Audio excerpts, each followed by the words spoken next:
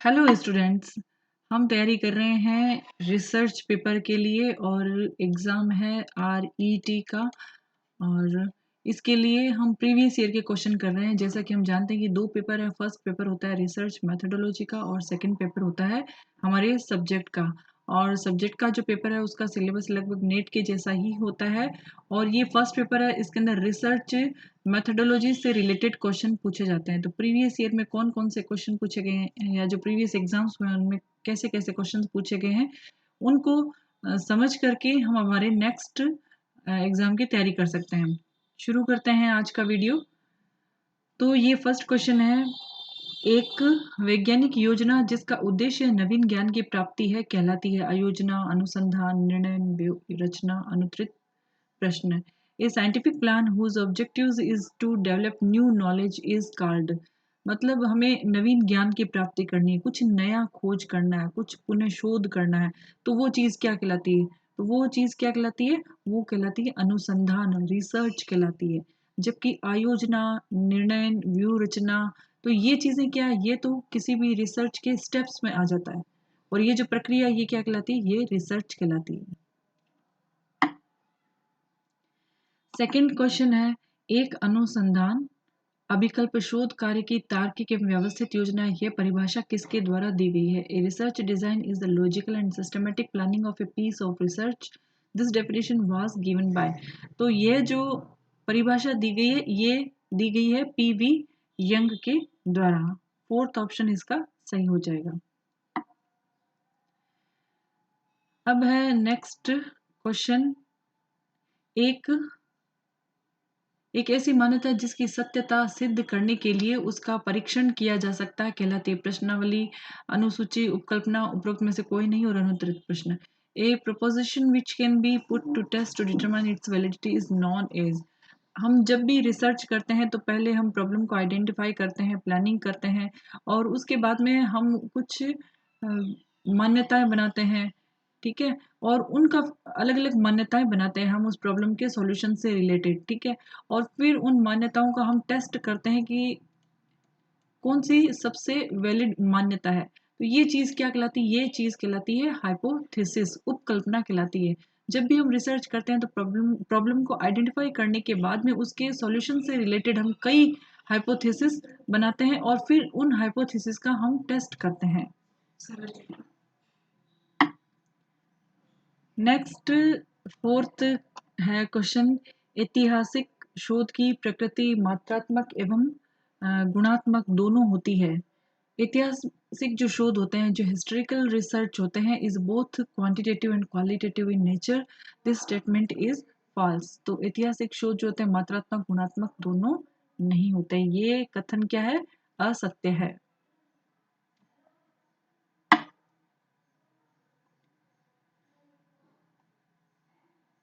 अब है next question,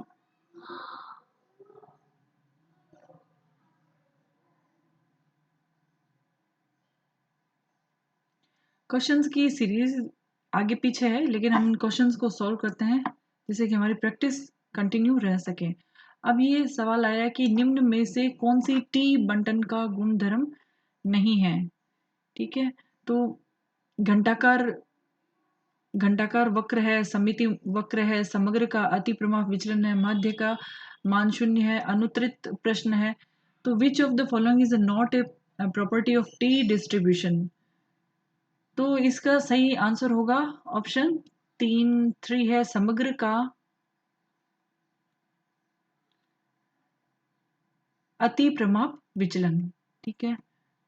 ये इसका गुणधर्म नहीं है। जो टी बंटन होता है उसका गुणधर्म क्या होता है? घंटाकार होता है वो, ये आकृति होती है, ठीक है। घंटे की आकृति की होती है, सममिति होती है और माध्य का मान क्या होता है? शून्य होता है। तो ये तीनों क्वालिटी है। नंबर 1 घंटाकार आकृति होती है, नंबर 2 सममिति होती है और तीसरा इसकी जो माध्य का मान है वो शून्य होता है। तो वो टी बंटन के गुणधर्म है। तो कौन सा नहीं है? नॉन यूनिवर्स वेरिएंस, ये इसका गुण नहीं है। अब आ जाता है कि निम्न, इस क्वेश्चन को छोड़ते हैं एक बार और हम चलते हैं नेक्स्ट क्वेश्चन की तरफ और ये है अवलोकितों तथा प्रत्याशितों के मध्य अंतर के परीक्षण के लिए किस सार्थकता परीक्षण का प्रयोग किया जाता है? Which test of significance is use to test the difference between observation and expectations? तो जो ऑब्जर्वेशन है और जो हमारे एक्सपेक्टेशन है उसके मध्य जो डिफरेंस है उसका परीक्षण हमें करना है। तो कौन से सार्थकता परीक्षण का हम यूज करेंगे? तो उनके लिए काई स्क्वायर टेस्ट का प्रयोग किया जाता है। ये काई स्क्वायर टेस्ट का प्रयोग कब किया जाता है? जब अवलोकित और प्रत्याशितों के जो मध्य अंतर है उसका परीक्षण करना हो, तब हमें काई स्क्वायर टेस्ट का यूज करना है। तो ये डेफिनेशन हो गई, इसको भी हमें याद रखना है क्योंकि हो सकता है काई स्क्वायर परीक्षण क्या इस तरीके का क्वेश्चन पूछ लिया जाए। अब है नेक्स्ट क्वेश्चन। समंक संकलन की वह विधि जिसमें प्रश्नों के समूह को अनुसंधानकर्ता द्वारा आमने सामने की स्थिति में पूछे व भरे जाते हैं कहलाती है। A data collection technique in which a set of questions are asked and filled by the investigator in a face to face situation is known as. अब डाटा हमें कलेक्ट करना है तो इसके अंदर प्रश्नों के समूह को, प्रश्न है हमारे सामने और अनुसंधान करता है, रिसर्चर है, जिस व्यक्ति से पूछ रहा है उससे आमने सामने बैठ करके सवालों को पूछ रहा है और उसके आंसर लिख रहा है, तो ये क्या कहलाता है? ये कहलाता है अनुसूची, स्केड्यूल्स कहलाता है। तो सही आंसर हो गया ऑप्शन 2। नेक्स्ट क्वेश्चन है, वे समंक जो सुलभ अभिलेख के रूप में वास्तविक अस्तित्व में होते हैं तथा किसी अन्य व्यक्ति के द्वारा पहले ही एकत्र किए जाते हैं क्या कहलाते हैं? The data that are in actual existence in accessible records having been already collected by other person is known as.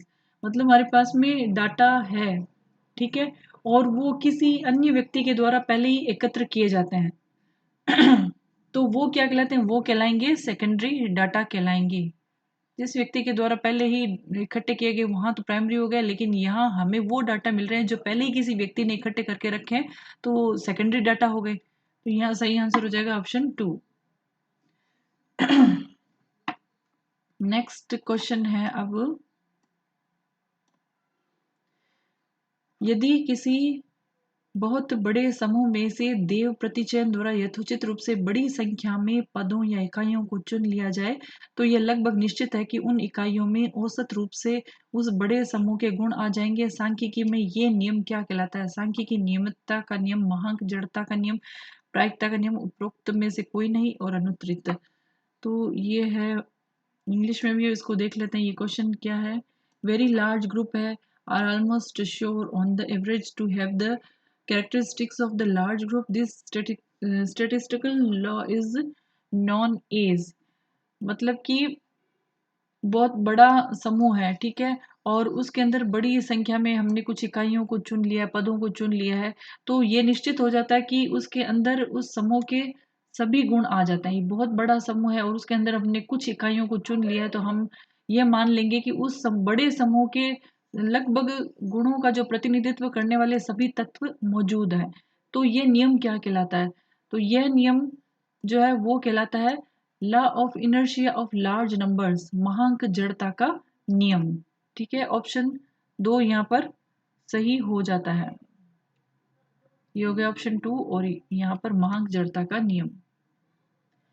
अब है नेक्स्ट क्वेश्चन, वो है निम्न में से कौन सा अप्राचलिक सार्थकता परीक्षण है? ठीक है, हमें अप्राचलिक का मतलब क्या है? Non parametric test of significance. ठीक है, जिसके अंदर जो पॉपुलेशन है वो सीमित नहीं है, ठीक है, उसका कोई क्राइटेरिया नहीं दिया गया। तो नॉन पैरामेट्रिक जो टेस्ट है वो कौन सा है? तो यहाँ पर एच टेस्ट जो है, एच परीक्षण जो है वो नॉन पैरामेट्रिक टेस्ट है, जबकि जेड, टी और एफ ये कौन सा टेस्ट है? ये पैरामेट्रिक टेस्ट है। अब एच टेस्ट हो गया, क्रुस्कल वेलिस टेस्ट हो गया, विटनी मान टेस्ट हो गया, तो ये कौन सा टेस्ट हो गए? ये नॉन पैरामेट्रिक टेस्ट हो गए। और जेड, टी, एफ कौन से हो गए? ये पैरामेट्रिक टेस्ट हो गए। अब ये है हमारे पास में क्वेश्चन, एक ऐसी सूची जिसमें से प्रतिदर्श इकाइयों का चुनाव करना है क्या कहलाती है? हमारे पास में एक सूची है जिसमें से हमें सैंपल यूनिट का सिलेक्शन करना है, तो वो क्या कहलाती है? वो सूची क्या कहलाती है? ठीक है, अब a list of item from which the sample is to be drawn is known as sample unit, frame, sampling error, none of the अब वो या अनअटेम्प्टेड क्वेश्चन है। अब जो सूची है उसमें से हमें चयन करना है, तो वो सूची क्या कहलाएगी? वो सैंपल फ्रेम भी तो कहलाएगा। वो फ्रेम क्या कहलाएगा? सैंपल फ्रेम यानी प्रतिदर्श सूची कहलाएगी। प्रतिदर्श सूची में से ही हम प्रतिदर्श जो यूनिट होती है उनका चुनाव करते हैं, इकाइयों का चयन करते हैं। अब ये फैक्चुअल क्वेश्चन है, सीधा सीधा से याद करना है। भारत के अंदर कॉपीराइट एक्ट जो है वो कब अधिनियमित किया गया था? ठीक है, तो भारत के अंदर जो कॉपीराइट एक्ट है वो कब इनेक्टेड किया गया था? 1957 के अंदर, 1957 के अंदर जो है भारत में कॉपीराइट एक्ट को अधिनियमित किया गया था। तो ये हमेशा याद रखना, 1957 में भारत में कॉपीराइट एक्ट को अधिनियमित किया गया था। अब आ जाता है ये नेक्स्ट क्वेश्चन, फिर से कॉपीराइट एक्ट का। ये कॉपीराइट अधिनियम किसका संरक्षण प्रदान नहीं करता है? तो हमें कॉपीराइट अधिनियम के बारे में पता होना चाहिए। किसका संरक्षण नहीं देता है? साहित्यिक संरचना का, कलात्मक कार्य का, संयुक्त लेखकत्व का, या उपरोक्त में से कोई नहीं, और पांचवा तो अनुत्तरित है ही है। अब एक बार इसको इंग्लिश में भी हम पढ़ लेते हैं। तो copyright act does not grant protection for literary work, artistic work, work of joint authorship है, और नन ऑफ द अबव है। अटेम्प्टेड अनअटेम्प्टेड क्वेश्चन है। तो जो कॉपीराइट एक्ट है वो साहित्यिक रचना के को भी संरक्षित करता है। कोई किसी की साहित्यिक रचना की नकल नहीं कर सकता यदि वो इस एक्ट के अंदर है।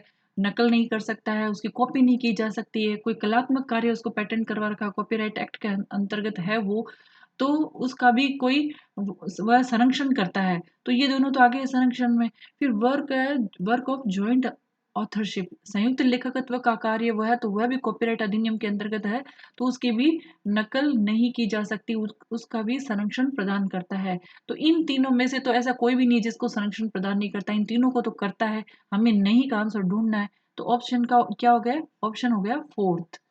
ठीक है, साहित्यिक रचना का भी संरक्षण करता है, कलात्मक कार्य का भी करता है, और संयुक्त लेखकत्व कार्य का भी कॉपीराइट अधिनियम संरक्षण करता है। अब ये है क्वेश्चन अगला, निम्न में से कौन सा शोध प्रक्रिया का चरण नहीं? हमें शोध प्रक्रिया के चरण सारे याद होने चाहिए। पहला है अनुसंधान अभिकल्प का चयन, समंकों का संकलन और विश्लेषण, व्यापकीकरण, विवेचन, उपरोक्त में से कोई नहीं, और अनुत्तरित। एक इंग्लिश में देखते हैं इस क्वेश्चन को। विच of the following is not a step in research process? selection of research, design, data collection and analysis, generalization and interpretation, none of the above unattempted questions। तो जब भी हम रिसर्च करते हैं उसके कुछ स्टेप्स होते हैं, उन एक स्टेप्स को करने के बाद ही हम दूसरे स्टेप्स की तरफ जाते हैं। तो सबसे पहला स्टेप क्या होता है कि प्रॉब्लम को आइडेंटिफाई करना होता है। जो प्रॉब्लम हमारे सामने है उसको स्पष्टीकरण करना होता है, उसकी पहचान करनी होती है। उसके बाद हम उससे रिलेटेड जो भी लिटरेचर है उसकी स्टडी करते हैं कि पहले इसमें क्या शोध हो रखा है, क्या इसके बारे में जानकारी हमें प्राप्त हो सकती है। तो हम लिटरेचर के बारे में पता करते हैं, उसको उसकी स्टडी करते हैं। ठीक है, और उसके बाद में हम क्या करते हैं? हाइपोथेसिस का निर्माण करते हैं। ठीक है, अब हाइपोथेसिस करते हैं, हाइपोथेसिस को बनाने के बाद हम डिजाइन बनाते हैं, जो शोध के जो अभिकल्प है उसका निर्माण करते हैं। ठीक है, तो और उसके बाद में डिजाइन करने के बाद में हम एनालिसिस करते हैं। ठीक है, एनालिसिस करते हैं उसका, इंटरप्रिटेशन करते हैं, फिर जनरलाइजेशन हो जाता है, और फिर उसका रिकैप करते हैं, उसका ऑब्जर्व करते हैं कि क्या ये सही है कि नहीं, और उसका फिर सारी जांच करने के बाद एट लास्ट हम उसको जनरलाइज्ड कर देते हैं। ठीक है, तो ये स्टेप होते हैं। अब ये कह रहा है कि कौन सा स्टेप नहीं है वो हमें ढूंढना है। एक बार मैं इसको यहां से हटा दूं, फिर हम इन ऑप्शंस को देखते हैं कि कौन सी चीजें नहीं है। अनुसंधान अभिकल्प का चयन, समंकों का संकलन, ये सारे ऑप्शन है। तो अनुसंधान अभिकल्प जो डिजाइन है उसको भी हम सेलेक्ट करते हैं, रिसर्च की डिजाइन भी बनाई जाती है। जो डाटा है उनको हम कलेक्शन भी करते हैं, फिर उस डाटा का एनालिसिस भी करते हैं, ये भी होता है। और जनरलाइजेशन भी लास्ट में किया जाता है, इंटरप्रिटेशन भी किया जाता है। तो ये तीनों स्टेप तो हैं जो नहीं है, तो इनमें से तो कोई नहीं है, ऑप्शन फोर्थ सही हो जाएगा यहाँ पर। तो स्टूडेंट्स अब चलते हैं हम नेक्स्ट क्वेश्चन की तरफ। क्वेश्चन आगे पीछे हैं लेकिन हम सभी क्वेश्चन को सॉल्व करेंगे जिससे हमारी प्रैक्टिस हो सके नेक्स्ट रिट एग्जाम के लिए। अब है जब शून्य परिकल्पना असत्य हो पर शोधकर्ता के द्वारा उस परिकल्पना को अस्वीकार न किया जाए। ये निम्न उदाहरण को प्रकट करता है। When null hypothesis is false and the researcher fails to reject this hypothesis, this constitutes the example of। अब जब शून्य परिकल्पना है, ठीक है, हम जो परिकल्पनाएं बनाते हैं तो उसके अंदर जो शून्य परिकल्पना का निर्माण भी करते हैं। अब शून्य परिकल्पना है असत्य, लेकिन हमने फिर भी उसको स्वीकार कर लिया। यहाँ पर ऐसा भी कहा जा सकता है कि हमने उस परिकल्पना को स्वीकार कर लिया जबकि वो असत्य है, या फिर वह परिकल्पना असत्य है लेकिन फिर भी हमने उसको अस्वीकार नहीं किया। ठीक है, तो ये किसका उदाहरण होगा? तो इसका आंसर ये है कि जब शून्य परिकल्पना जो है वो असत्य होती है, झूठ होती है, लेकिन फिर भी स्वीकार कर ली जाती है, तो यह द्वितीय कोटि की एरर होती है। ठीक है, यह द्वितीय कोटि की यानी टाइप 2 एरर होती है। अब फर्स्ट जो एरर है, टाइप फर्स्ट एरर कौन सी होगी? जब शून्य परिकल्पना सत्य है लेकिन फिर भी उसको अस्वीकार कर दिया जाए, तब टाइप 1 एरर होगी। लेकिन यहाँ इसका आंसर है ऑप्शन 2। तो आ जाइए अब नेक्स्ट क्वेश्चन की तरफ, और ये है समष्टि की सभी इकाइयों के अभिलक्षणों के सांख्यिकी मान कहलाते हैं प्रतिदर्शज, प्रतिचयन सूची, प्राचल, उपरोक्त में से कोई नहीं अनुत्तरित। A statistical measure computed from all population data is known। जब all population की बात आ गई है तो यहाँ पर क्या हो जाएगा? पैरामीट्रिक हो जाएगा, पैरामीटर हो जाएगा। तो यहाँ सही आंसर हो जाएगा प्राचल, थर्ड। अब है ये नेक्स्ट क्वेश्चन। एक प्रतिचयन प्रविधि जिसके अनुसार समष्टि की प्रत्येक इकाई के प्रतिदर्श में शामिल होने की समान संभावना होती है कहलाती है स्तरित प्रतिचयन, क्रमबद्ध प्रतिचयन, सरल यादृच्छिक और स्वविवेक प्रतिचयन और अनुत्तरित है। ठीक है, तो यानी कि प्रतिचयन प्रविधि, हमें एक सैंपल चूज करना है। तो जो पॉपुलेशन है, तो हम ऐसा सैंपल चूज करें जिसमें उस समष्टि की सभी गुण जो है वह उसका प्रतिनिधित्व करे। प्रतिनिधित्व करने की उसके अंदर समान संभावनाएं हो, तो वह कौन सी सैंपलिंग कहलाती है? A sample method which allows each possible sample to have an equal probability of being selected is known as सरल यादृच्छिक प्रतिचयन, सिंपल रैंडम सैंपलिंग। ठीक है, तो ये इसका आंसर हो जाएगा। अब ये जो तरीका है ये सिंपल, इसका इसका आंसर तो ये हो गया। बाकी के ये जो दो है ना, स्तरित और सिस्टमेटिक, तो ये भी किस में आते हैं? ये प्रोबेबिलिटी सैंपलिंग में आते हैं। जबकि ये जो जजमेंटल है ये किस में आता है? ये नॉन प्रोबेबिलिटी सैंपलिंग में आता है।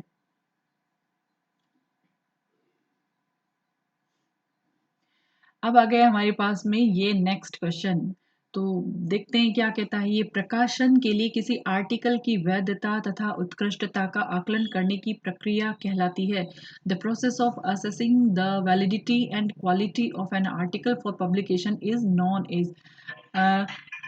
जब हमें हमारा कोई रिसर्च हो चुका है, अब प्रकाशन के लिए आर्टिकल की जो वैधता है, उसकी उत्कृष्टता यानी कि कितना वैलिड है, उसकी क्वालिटी है, तो उसके लिए उसको असेस करना है। तो यह क्या कहलाती है? ये जो प्रोसेस है वो क्या कहलाता है? इस प्रोसेस को हम कहते हैं समकक्ष समीक्षा, पीयर रिव्यू। जो साथी गण होते हैं उनके साथ मिल करके उसकी समीक्षा की जाती है कि क्या उसके अंदर त्रुटियां, क्या इम्प्रूवमेंट किया जा सकता है, कहाँ उसे और अच्छा बनाया जा सकता है। तो ये क्या कहलाता है? पीयर रिव्यू कहलाता है, समकक्ष समीक्षा।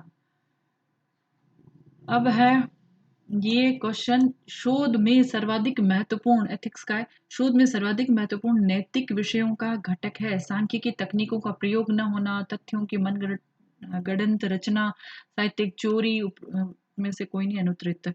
ठीक है, और अब हम इसको देख लेते हैं एक बार इंग्लिश में। और ये कह रहा है कि the most important component of ethical issues in research is non application of statistical techniques है, फैब्रिकेशन ऑफ फैक्ट्स है, प्लेगरिज्म है, और नन ऑफ द वो, और ये चीजें। ठीक है, तो एथिकल इशू कौन सा होता है? साहित्यिक जो चोरी करना होता है ये एक एथिकल इशू होता है।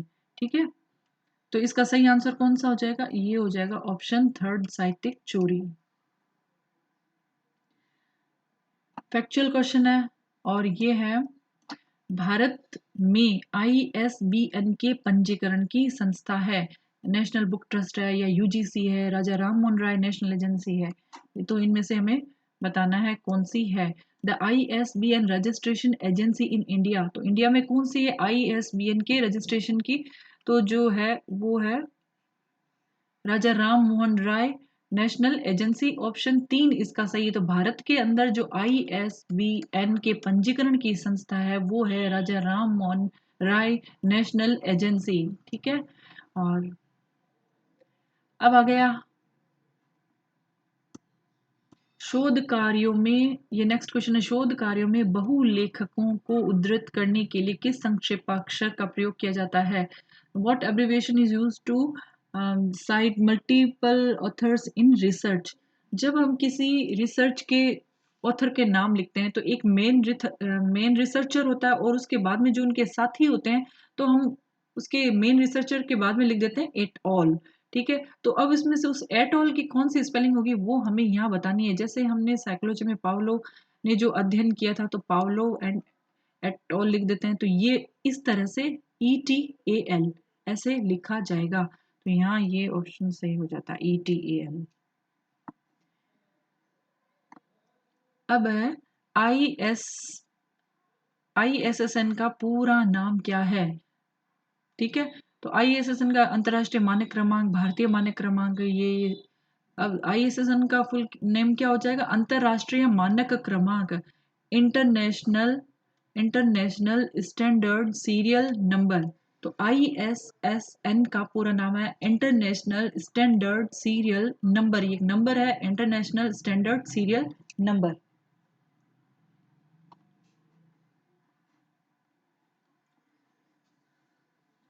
और उसके बाद में ये नेक्स्ट क्वेश्चन, सरल यादृच्छिक प्रतिचयन का प्रयोग नहीं किया जाता है। सरल यादृच्छिक प्रतिचयन वही प्रोबेबिलिटी सैंपलिंग का एग्जाम्पल है जब विजातीय समग्र हो, सजातीय समग्र हो, बड़ा समग्र हो।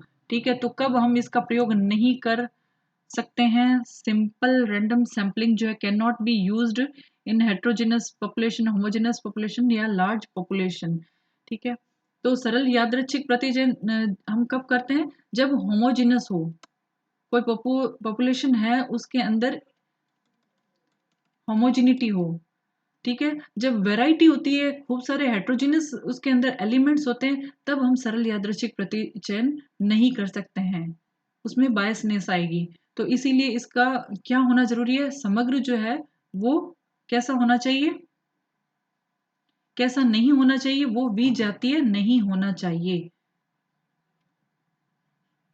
सही आंसर ऑप्शन फर्स्ट। थोड़े से क्वेश्चंस और रहे हैं, और ये है अब, निम्न में से कौन सी गैर प्रायिक निदर्शन विधि मानी जाती है? स्तरित निदर्शन, देव निदर्शन, व्यवस्थित निदर्शन।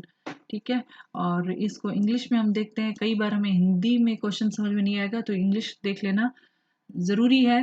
विच of the following is considered as non probability sampling method? तो नॉन प्रोबेबिलिटी सैम्पलिंग मेथड कौन से है? इनमें से तो कोई नहीं, क्योंकि ये तीनों मेथड हमने पहले वाले क्वेश्चंस में ही डिस्कस किया था। ये कौन से सैम्पलिंग है?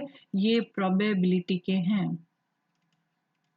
अब कॉट मेथड हो गया, सैम्पलिंग मेथड हो गया, कन्वीनियंस सैम्पलिंग मेथड हो गया, पर्पजिव सैम्पलिंग मेथड हो गया, वो नॉन प्रोबेबिलिटी सैम्पलिंग होंगे। लेकिन ये जो तीनों है ये क्या है? ये प्रोबेबिलिटी सैम्पलिंग मेथड है।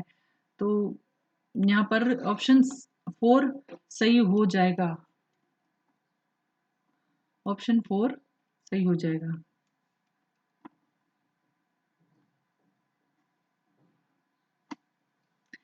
अब ये है क्वेश्चन, उनमें से कौन सी विश्लेषण निर्वचन इकाई नहीं है? दर, अनुपात, गुणांक।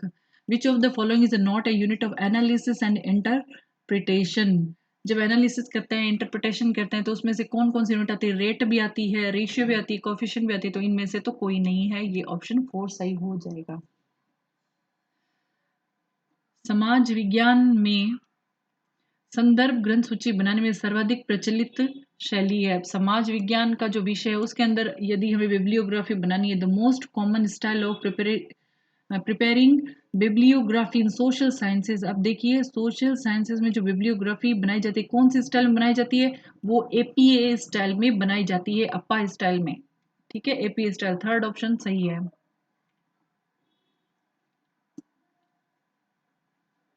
सो स्टूडेंट्स, ये नेक्स्ट क्वेश्चन, सांख्यिकी विश्लेषण उपकरण SPSS का पूरा शब्द रूप क्या है?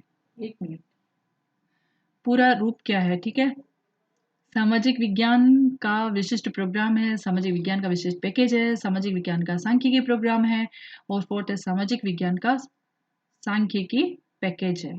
ठीक है, इंग्लिश में समझ लेते हैं। इंग्लिश वाले स्टूडेंट्स के लिए, what is the full form of statistical analysis tool? SPSS। Specific ये ऑप्शन दिए गए हैं। अब SPSS को अभी हम यहीं याद कर लेते हैं। SPSS, एस क्या है? Statistical package for social sciences, statistical package for social sciences, SPSS। ठीक है, अब चलते हैं नेक्स्ट क्वेश्चन की तरफ। अब देखिए, निम्न सूचनाएं ज्ञात है। समग्र का प्रमाप विचलन 10 है, समग्र का माध्य 162 है, और ये दिया गया 160.6 है। सार्थकता का अपेक्षित स्तर कितना दिया गया है? 5% दिया गया। जब जो लेवल ऑफ सिग्निफिकेंस होता है, ठीक है, तो वो अगर 5% है तो क्या वैल्यू होगी? 5% लेवल ऑफ सिग्निफिकेंस कब आता है? जब 1.96%। अब तो यहाँ पर सही आंसर आ जाएगा ऑप्शन फर्स्ट।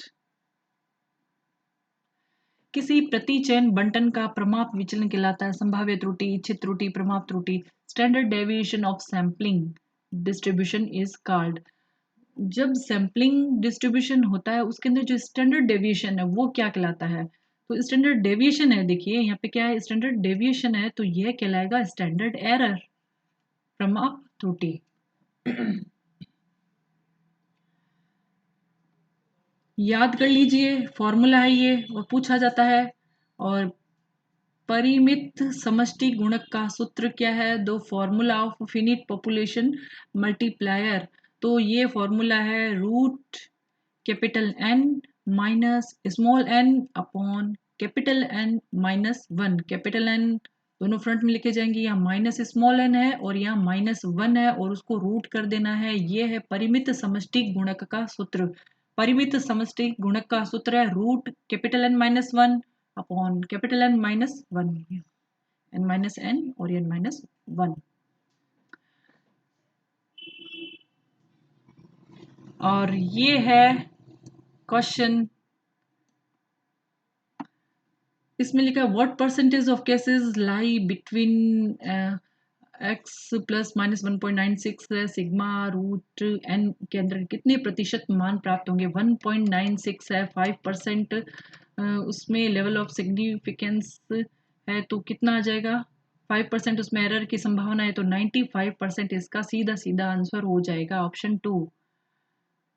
अब है एक सिक्का 400 बार उछाला गया है, अनुपातों के लिए प्रमाप त्रुटि क्या होगी?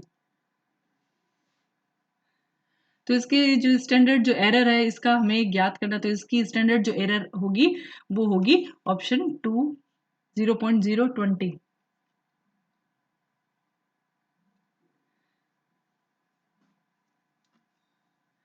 नेक्स्ट क्वेश्चन की तरफ। और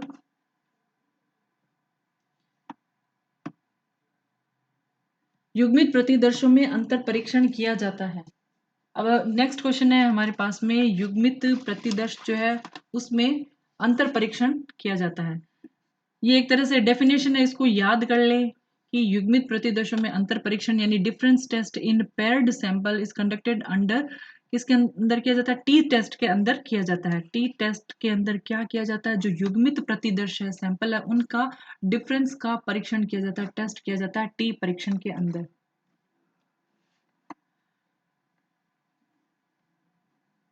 अब है नेक्स्ट क्वेश्चन, 3x4 सारणी के लिए स्वतंत्र कोटियों की संख्या क्या होगी? ठीक है, तो n-1 से निकालना, n-1 इंटू 3 है, तो यहाँ हो जाएगा 2 और यहाँ हो जाएगा 3। ठीक है, और अपॉन 2, तो ये हो जाएगा आंसर 6, 1 ऑप्शन। तो स्टूडेंट्स, ये थे प्रीवियस ईयर के क्वेश्चन जो पूछे गए हैं रेट के ही एग्जाम के अंदर। और हम प्रिपरेशन कर रहे हैं रेट की, जो आगे आने वाले एग्ज़ाम हैं उनके लिए, इसीलिए हम सॉल्व कर रहे हैं प्रीवियस ईयर के क्वेश्चन को प्रैक्टिस कर रहे हैं, जिससे कि हम हमारे कंसेप्ट को क्लियर कर सकें, या जो कंसेप्ट हमने याद कर रखे हैं उसमें क्या कमियाँ रह गई उसको और इम्प्रूव कर सकें। नेक्स्ट वीडियो में हम फिर से लेके आएंगे कुछ प्रीवियस ईयर के क्वेश्चन, जो कुछ प्रीवियस ईयर के रेट एग्ज़ाम में सवाल पूछे गए हैं उनको हम लेके आएंगे। रिसर्च मेथोडोलॉजी के क्वेश्चन होंगे, और वो वीडियो आने तक आप इस वीडियो को देखें और सीखें। आई होप ये वीडियो आपके लिए बेनिफिशियल रहा होगा। आप ज़रूर लाइक, शेयर और सब्सक्राइब करें। आपके सब्सक्रिप्शन हमारे लिए मोटिवेशन का काम करते हैं। सो नेक्स्ट वीडियो आने तक keep learning, keep watching excellent learning videos. Thank you.